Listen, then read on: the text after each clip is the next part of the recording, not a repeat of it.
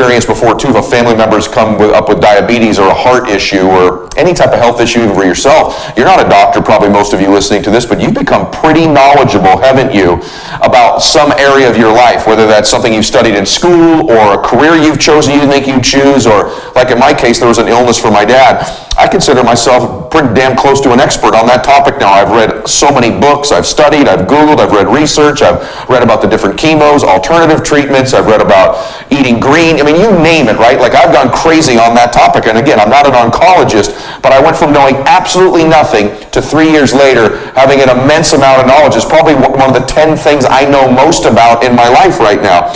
And so that's because I got obsessed with it. Can you do that with where your goals and dreams are? Like, really, can you do it?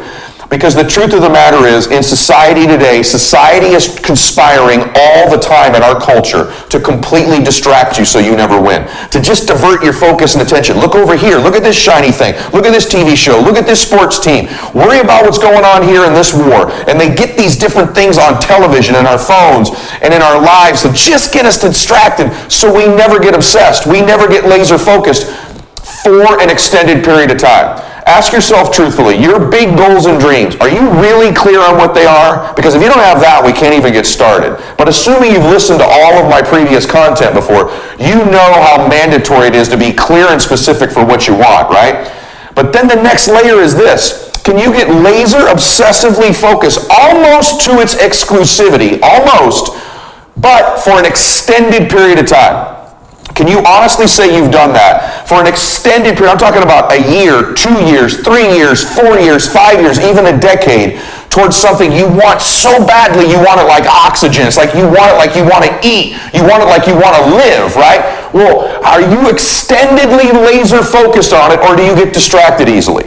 And then we're going to talk secondly on the back part of the audio and video today about paying the price and the sacrifice for a second. But let's talk first of all about getting laser focused. And I mean this as your friend. I mean this talking to myself too. I always cover things that make me better, things that I struggle with. But I got to tell you, I think there's a different level for you. I mean, I think there's a different level for you to get obsessed, crazy laser focused. I say all the time, our obsessions become our possessions. But we won't possess them if we're not truly obsessed. I bet there's been a person in your life you've been obsessed with. If you're over 20 years old, listen to this, more than likely you've had somebody you were pretty obsessed with, haven't you? That you wanted in your life, you wanted to date, you wanted as a girlfriend or a boyfriend or a significant other. How many times a day did you think about them? How many times a day did they distract you from what you were doing with just the thought of them? In other words, this is what I want you to understand. When you're laser obsessed focused, your obsession distracts you from what you're currently doing, not the other way around. You're not really obsessed with it if you're easily distracted from it. This is so important. You right now can test whether it's your obsession with whether it distracts you constantly. The first thing you think of when you wake up, last thing before you go to bed. When you have a big laugh, it comes up. When you cry, it comes up. When you're watching TV, it comes up. When you're doing your regular job, but it's your side hustle, it comes up. You can't stop thinking about it. It distracts you from the rest of your life. That's what an obsession does. When it's not really your obsession, the rest of your life distracts you from it. And so the it in your life is so important. But there's all these things that distract us today. I'm going to give you a recommendation. Turn your damn TV off. Turn the radio off most of the time. Turn your phone off a lot too. So here's the deal. The TV's competing constantly to distract you with stuff that really doesn't matter. I'm not saying, by the way, don't be informed, don't know what's going on in the world, because that makes you more interesting, right? You should know what's going on in the world. But let's be real. Does it really matter what's going on with the Kardashians right now? Does it really matter? They live on my street in one of my neighborhoods, right? And they're very nice people, but I got to be honest with you. What happens in their life doesn't dramatically impact mine, but how many people are more obsessed with the Kardashians? And I can say this as good friends. We have many good friends in reality television. They're even listening to this right now, and they would tell you this. Don't be so obsessed with them. Be obsessed with your own reality TV program called Your Own Life, right? How about the news? All the time they're trying to distract us. Before it was Obama, now it's Trump. Trump's going crazy today. Obama was nuts about this. Healthcare, Iraq, Iran, North Korea, right? Like all these things. And most of these things don't impact our own lives. I'm not saying don't know about them, but it's such a convenient escape from the work. It's such a convenient escape from our obsessions. The left against the right, Republicans against Democrats. Who's going to be the next president? Who's going to get the Democratic nomination? Can they beat Trump, right? Who cares? Who cares right now? You got to win in your own life. It's like, when I say this, people say, well, that's not, a very professional, evolved opinion. I'm just telling you what it takes to win. What it takes to win is not worrying about all that stuff. That should be the background noise. But talking about it, thinking about it, watching TV about it. Who cares what's going on in the real whatevers of anywhere? Who cares what the Kardashians are doing? Who cares who's running for office for? You say, well, wait a minute. Aren't you socially conscious? Here's all I know. I've been alive through many different presidents, Republican and Democrat. None of them changed my life. None of them did. And none of them are going to change your life if we're being real. People ask me all the time, why don't you run for office? Because I think entrepreneurs change the world. I think grassroots movements of good people and communities change the world. I don't think politicians change the world. And I don't mean that negatively. I coach many of them. I've coached several of them. I want there to be good ones. I want them to make good decisions. But I don't obsess about it because it doesn't dramatically impact my own life. In fact, if you think about it, the majority of people obsessed with politics I just mean this nicely, they don't have much going on in their own life. So it's a convenient distraction to be mad at a politician because you're losing. It's a convenient distraction to get caught up in some issue outside of yourself, so you have to focus on your own life. If you can spend enough time obsessing about what these politicians or reality stars do, no one will look at you. But eventually in your life, you're faced with you. Eventually in your life, it's you. Eventually it's your life. Eventually they won't be on TV. Eventually it'll all be gone. Remember how obsessed you were with President Obama, whether you loved him or hated him? He's gone now. It's a new guy. And in either 2 more years or 6 more years, it'll be a new woman, hopefully, right? So getting obsessed with these things doesn't matter. Men, so many of you obsessed with sports. You're fans of these teams. Did it really change your life when the Patriots won the Super Bowl? Like, if you're a Patriot fan, on Saturday they hadn't yet won. On Sunday night they won. How different was your life? Tom Brady's life was different. Yours wasn't. You Laker fans or basketball fans, does it really matter? Like, if your team wins, does it really matter? I got news for you guys. You don't play for the team. You don't. I know you think you do. I know you wear their jerseys. I think it's one of the funniest things in life, and I don't mean this critically. Please, I mean this as a brother, guys. But you running around wearing a jersey with an other grown man's name on the back of it.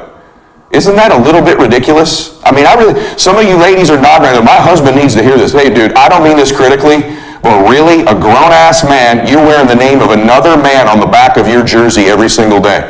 Literally, your name isn't Bryant or James or Trout or Brady, but you wear their name on the back of you? Isn't that a little bit odd? We won Sunday. No, we didn't win. They won. You got to go back to work on Monday. You don't play for that team. And it's time you wake up and start getting focused on your own life. I'm not saying don't watch the game, but being obsessed with it throughout the week. Who's injured? Who's hurt? Are we going to win? We aren't doing anything because you don't play for them. In fact, players trade teams so much. What you really are rooting for is like laundry. You root for the team that has like this jersey that's your color, but the players change all the time. You keep rooting for these teams. What a catastrophic, and I mean this as love, because I'm a sports fan. I love the Red Sox, the Patriots. I'm a New England area sports fan. But I don't really get real caught up in it. I go to enjoy the game once in a while and how great they are as athletes, but what a catastrophic waste of your own life to be worrying about what professional athletes do and pretending to be on their team. You're not on the team. You don't win or lose. They do. Right? They do. So wake up and get focused on your own goals. I can hear all the women going, amen, tell him, preach, right? Ladies, in your cases, it might be your sports team. It might be your politics. It might be the television star. It might be some author you love. It might be something like that for men or women. For women, some of you it's sports as well. But the fact of the matter is, all of these things are a distraction from our own lives. You don't play for these teams. You're not on these shows and you don't know these people. And whoever wins a Grammy or an Oscar doesn't change your life. You winning in your life is what changes it. So tune out the distractions. Will you please turn your TV off? Get focused in your own life. Invest those hours on podcasts like this that actually impact your life. Invest it on someone's social media like mine who's actually putting out messages about your life. And by the way, I say this as somebody who has many of these people on my show. Many of these people that you admire are friends of mine, as many of you know. There are things to learn from them. Absolutely. They're at the top of their craft. But I'm not deluded into thinking a top NBA player is any better a person than a top school teacher or a top nurse. I don't think a top politician is a superior human being over a top landscaper or a top banker or a top entrepreneur. I think the people at the top of everything, there's things to learn from. And guess what the people at the top of everything have in common? They're obsessed on their own lives, not other people's. Those athletes you admire didn't get there by worrying about your life, did they? And so tune out the distractions in our lives. Turn the TV off. Get some perspective. Get obsessed.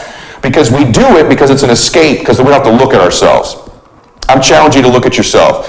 Even on the podcast space, narrow it down to the 3, 4, or 5 of us that make the biggest difference for you, and then when you're done listening to us, go to work and execute, right? You can get overtrained.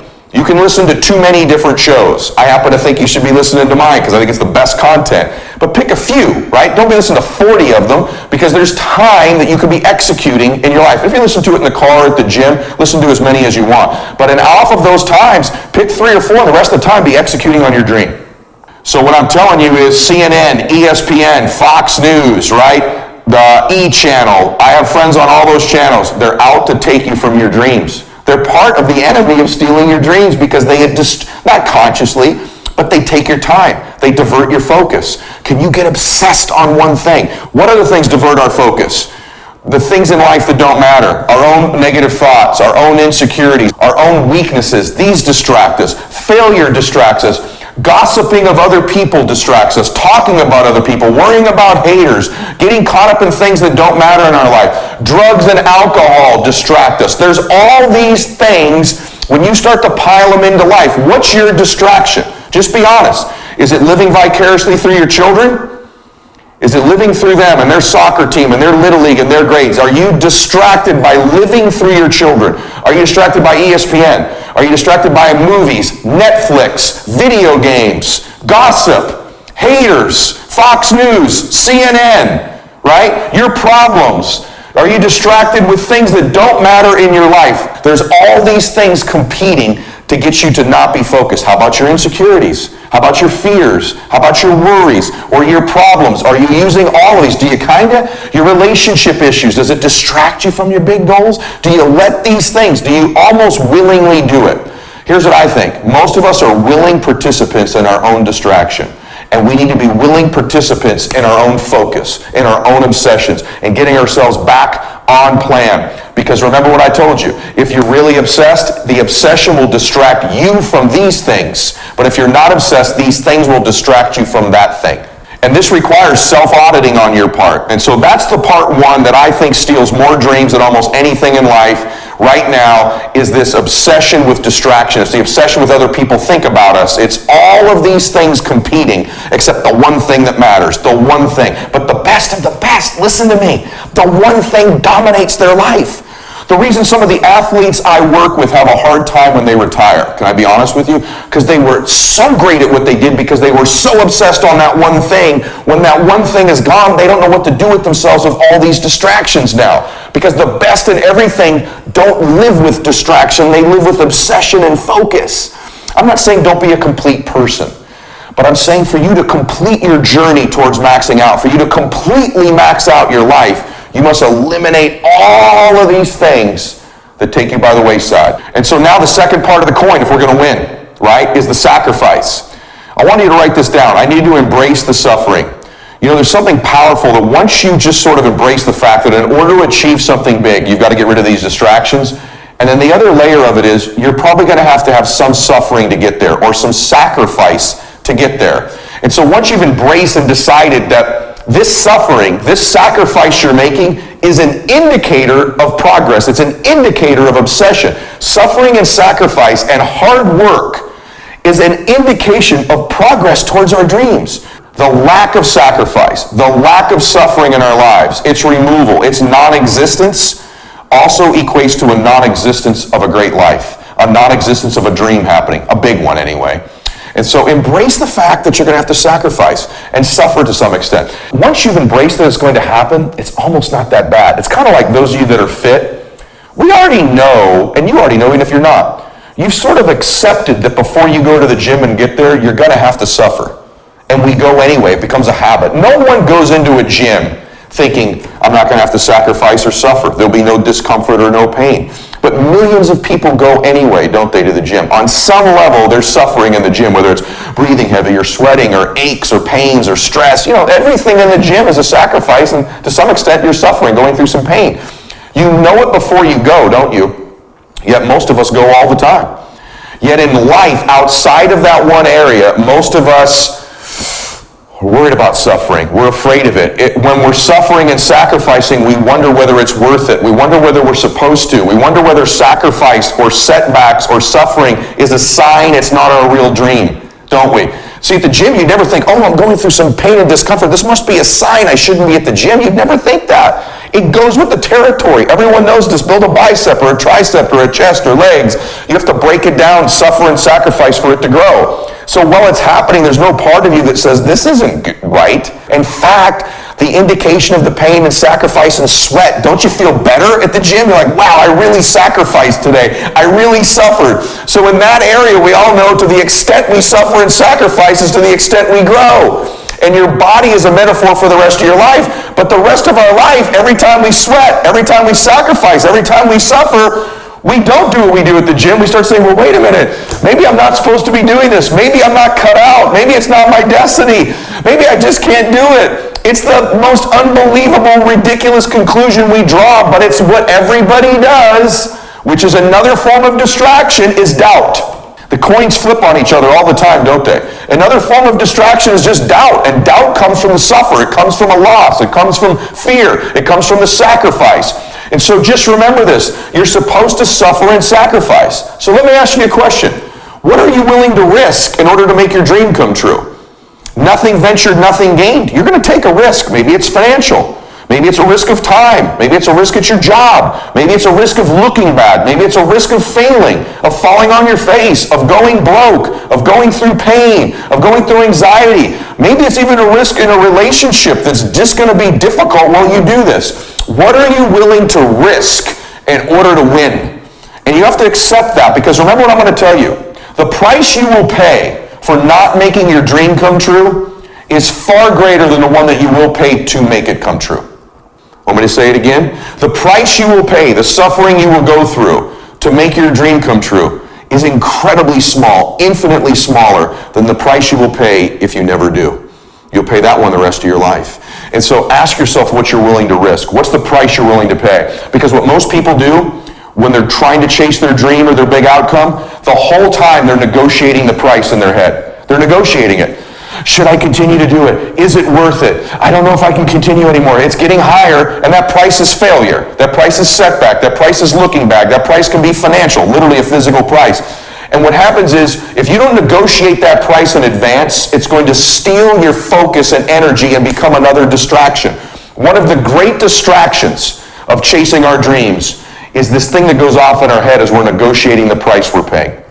Should I keep paying it? Is it getting too high? Is it too much? And you'll have people in your ear, it's too big a sacrifice. You're going through too much. And you begin to negotiate it in your mind. It distracts all your focus. You can't be executing and negotiating simultaneously. If you're in your head negotiating and negotiating and negotiating, you can't execute. So negotiate it now. Negotiate it with me now. What are you willing to pay? For me, when I'm after something big, as long as it's legal, ethical, and moral, I'll sacrifice everything else. But I will not sacrifice anything legal, anything unethical, or anything immoral. But beyond that, I'm going to get it. And I know that negotiation comes up front. I accept the suffering. I accept the sacrifice. I know the sacrifice is far smaller than the one I'll pay if I don't do it. And I eliminate distractions, and I go freaking get what I want in my life, just like you can. And this needs to be your recipe as well. If you're one of these people who's still negotiating whether it's worth it, maybe you've got someone in your head making you question it, that is a poverty and scarcity mentality. Let me prove it to you. When I didn't have money, and I spent most of my life with none, just like you, what do we do when we go into a store? We don't go get what we want. We go get what we think we can afford. And so I spent the majority of my life flipping price tags over. I didn't buy the shirt I wanted. I bought the one that I could afford. I bought things based on price, not worth. And so I'm sure I didn't buy the car I wanted. I bought the car I could afford. So when I was broke and I had scarcity, what do you do when you're in that position? You negotiate price. You flip price tags. What's it cost? What's it cost? What's it cost? What's it cost? Not what do you want? When I was poor, Everywhere I went, flip the price tag on. What's it cost? What's it cost? What's it cost? What's it cost? I was constantly negotiating the price for everything in my life. You do that when you come from a place of scarcity, of being poor. Successful people and wealthy people have a subtle distinction. They don't look at price, they look at worth. Is this worth it? If you're constantly looking at the price tag, you'll eventually relent. You'll eventually give in. Stop negotiating the price. It's a freeing experience to totally commit. When you totally commit to a relationship, to a business, to your fitness, to your faith, it's a freeing, powerful, it's almost like removing kryptonite from your life when you totally commit. Can you do that? The people around you always say, it's costing too much. It's costing too much. And you're going, maybe it's costing too much. You gotta start going, no, it's worth it.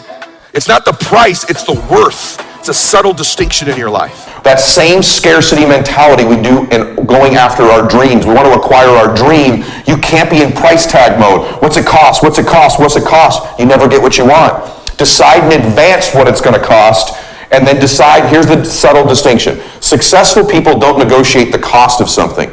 They negotiate whether it's worth it.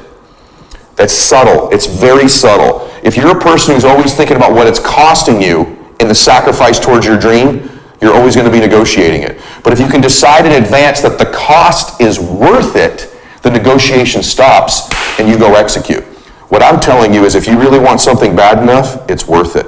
It's worth it. So start to feed yourself the worth question over and over and over again, not the cost question. Cost is a distraction. Worth is a focus mechanism. This is so worth it. It's so worth it. It's so worth it. Focuses you. Cost distracts you. What I want to remind you of is on the other side of that suffering, on the other side of that sacrifice, on the other side of that laser focus is your dream. It's one of the greatest places you'll ever be in your life. And here's what I know, by the way. The times where you've been the most laser focused in your life, listen to me on this, you've been the most happy. The times you've been the most distracted, you've been the most unhappy. Ladies, if you're listening to this, you think about the times where maybe when you were pregnant, for example, if you've been pregnant before, and the amount of focus that went in on that beautiful baby you were going to have, the preparation for it. I mean, you're carrying that child right next to you. You can't get more focused on something than something you're carrying, right? And I'll guarantee you during labor, you weren't thinking about your you were thinking about your electric bill or some email you had to return. You were damn focused in that moment.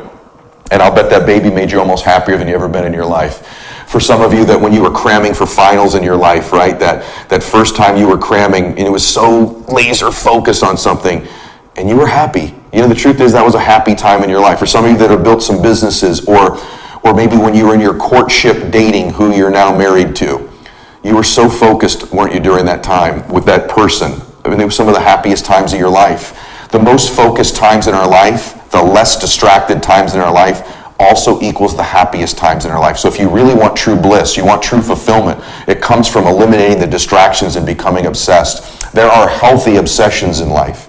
And the more obsessed we are about healthy things, the happier we are. Whether we're obsessed with the happy times of carrying that baby and having that baby, the happy times of achieving a degree we've had in life, the obsession we've had when we were dating somebody and we were so in love with them, these times when we're in the health.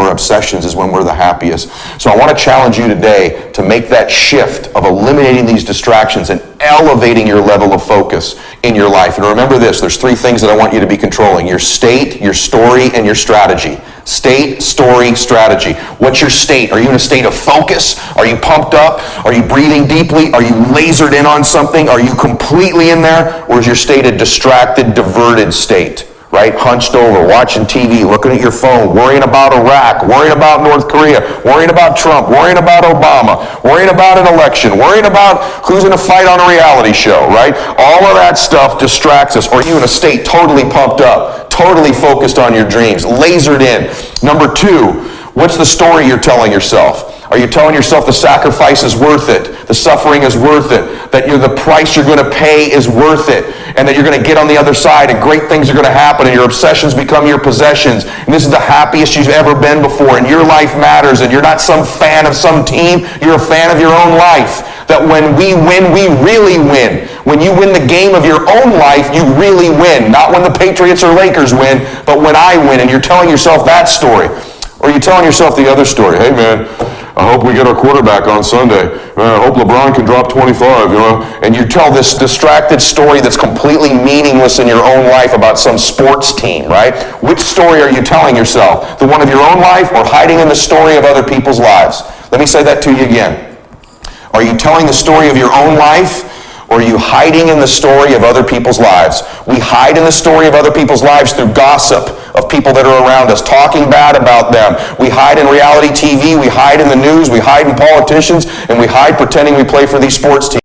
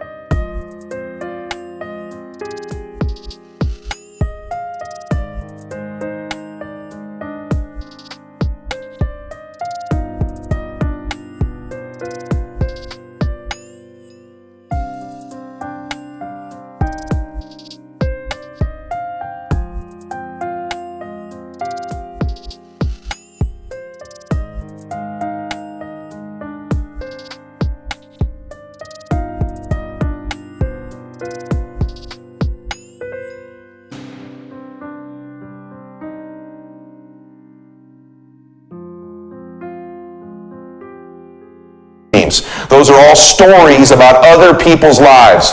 Are you in the story of your own life? And then lastly, what's your strategy?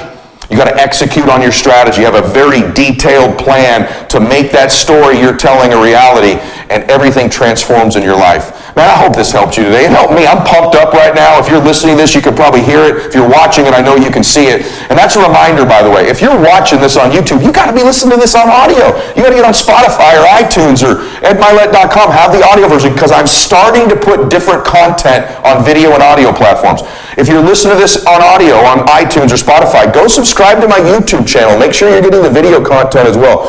Only thing I ask of you is you share this. It's the #1 and fastest growing life strategy, business, entrepreneurial, winning program in the world for a reason, and that's because so many of the people in the Max Out universe share it. The other thing I want to remind you of lastly is every day on Instagram I run the Max Out 2-minute drill because I want to engage with you. I want to see your comments. I want to know what you're thinking about. I want to know what's working, what you need help on, how I create content. I just want to know better, and I'm a part of that community as well. And so what I do to incent that is every day on Instagram, so I usually post between 7:30